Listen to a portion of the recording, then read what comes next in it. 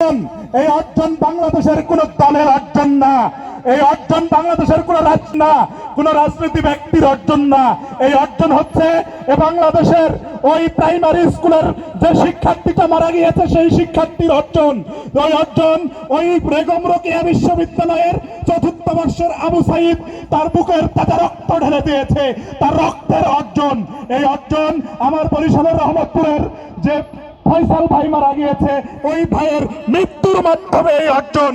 আজকের যে শোষণ বঞ্চনার মধ্য দিয়ে আমরা গিয়েছি, যে নির্যাতন নিষ্পেষণের মধ্য দিয়ে আমরা গিয়েছি, গত 16 বছর আমরা মানবাধিকারের কথা বলতে পারিনি, আমরা গত 16 বছর স্বাধীনতার কথা বলতে পারিনি, আমরা গত 16 বছর কোরআন হাদিসের কথা বলতে পারিনি, আমরা গত 15-16 বছর কথা বলতে চেষ্টা করেছে, তাদের টুটি চেপে ধরা হয়েছে, আলেমদেরকে রশি বেঁধে আদালতে ঘোরানো হয়েছে।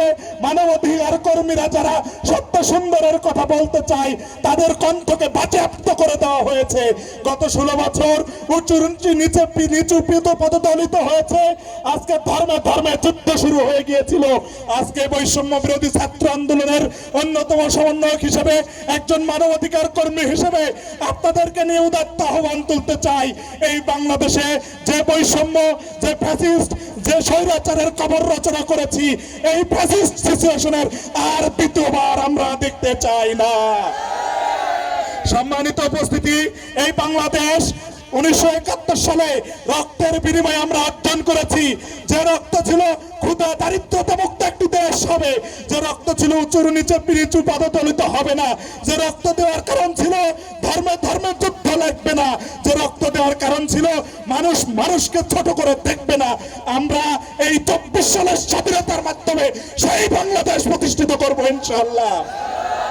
সম্মানিত উপস্থিতি, আগামীর বাংলাদেশ হবে তারুণ্যের বাংলাদেশ, আগামীর বাংলাদেশ হবে ধর্ম এবং ধর্মের যুদ্ধের যে সিচুয়েশন এর বাইরে ইন্নাল্লাহ মা সাবিরিনের বাংলাদেশ। এই বাংলাদেশ হবে শোষণ বঞ্চনা মুক্ত বাংলাদেশ, এই বাংলাদেশ হবে স্বৈরাচার মুক্ত বাংলাদেশ, এই বাংলাদেশ হবে ফ্যাসিস্ট মুক্ত বাংলাদেশ। আমরা যে ফ্যাসিবাদ, যে স্বৈরাচারের জগদ্দল পাথর আমরা দেখেছিলাম, সেই জগদ্দল পাথরকে এই বাংলাদেশে দ্বিতীয়বার মাথা তোলা দিতে দেব না। আপনাদেরকে সাথে নিয়ে আমরা সেই বাংলাদেশ প্রতিষ্ঠিত করতে চাই, যে বাংলাদেশ হবে সত্যিকার অর্থে ন্যায় এবং ইনসাফের বাংলাদেশ, যে বাংলাদেশ হবে আল্লাহ রাসূল সাল্লাল্লাহু আলাইহি সাল্লাম যে পৃথিবীর স্বপ্ন দেখেছিলেন, বাস্তবতা প্রতিষ্ঠিত করেছিলেন, সেই সমাজ বাস্তবতার বাংলাদেশ আমরা আগামী প্রজন্মের কাছে উপহার দিতে চাই। সম্মানিত উপস্থিতি, আমাদের প্রিয় নবীর অন্যতম খলিফা হযরত ওমর রাদিয়াল্লাহু তাআলা আনহু এই দেশ প্রতিষ্ঠিত করেছিলেন। উনি বলেছিলেন, ফুরাত নদীর তীরে একটি কুকুরও যদি না খেয়ে মারা যায়, তাহলে সেই কুকুর কেন না খেয়ে মারা গেল তার জবাবদিহিতা আমি রাষ্ট্রপ্রধান হিসেবে করা লাগবে। আমরা আগামীর বাংলাদেশ সেই রূপ বিনির্মাণ করব, বলবে বুড়িগঙ্গার তীরে একটি কুকুর যদি মারা যায় ওই রাষ্ট্রপ্রধানকে জবাবদিহিতা করতে হবে। আমরা যদি সবাই সবার জায়গা থেকে প্রস্তুতি গ্রহণ করতে পারি, আমরা যদি চিন্তা করতে পারি, বাংলাদেশে কোনো চাঁদাবাজি থাকবে না, এই বাংলাদেশে আর কোনো ফ্যাসিস্ট সিচুয়েশন থাকবে না, এই বাংলাদেশে গণতন্ত্র হরণ করার যত নিয়ামক ছিল সকল নিয়ামককে আমরা 2 পা দিয়ে কবর রচনা করব। সম্মানিত উপস্থিতি, আপনারা জানেন আজকে আমরা কেন উপস্থিত হয়েছি। গত 1 মাস আমরা প্রাণান্তকর প্রচেষ্টা চালিয়েছিলাম। আপনারা জানেন, আপনাদের দেশের সন্তান আল্লামা দেলোয়ার হোসেন সাঈদী হাফিজাহুল্লাহ নির্দোষ একজন মানুষ, ওনাকে নির্দোষ অবস্থায় 13টি বছর প্রকোষ্ঠ কারাগারে বন্দী করে রেখেছিল এই হাসিনা সরকার। আপনারা জানেন 1 বছর আগে তাকে জীবন দিতে হয়েছিল।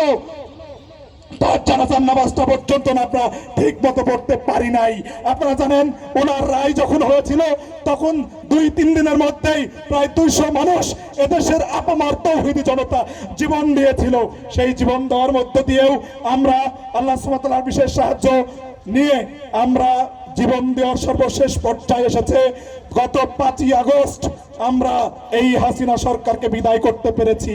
আপনাদের ঐক্যবদ্ধভাবে বলতে চাই, এই বাংলাদেশে নতুন করে আর যেন কোনো সত্য আর কোনো সিচুয়েশন এ বাংলাদেশে না আসে, যে সিচুয়েশন নতুন করে এদেশের আপামার জনতাকে জিম্মি করে ফেলে, এদেশের মানুষের মাঝে আবার ওই ফ্যাসিস্ট সিচুয়েশন, আবার ওই ধর্মে ধর্মে যুদ্ধ, আবার ওই উঁচুর পদতলে নিচুরা পদদলিত হওয়ার যে সিচুয়েশন, এই সিচুয়েশনে যেন বাংলাদেশে আগামীতে আর কি না আসে, সেই আশাবাদ ব্যক্ত করে আমি আমার সংক্ষিপ্ত আলোচনা শেষ করছি। আসসালামু আলাইকুম।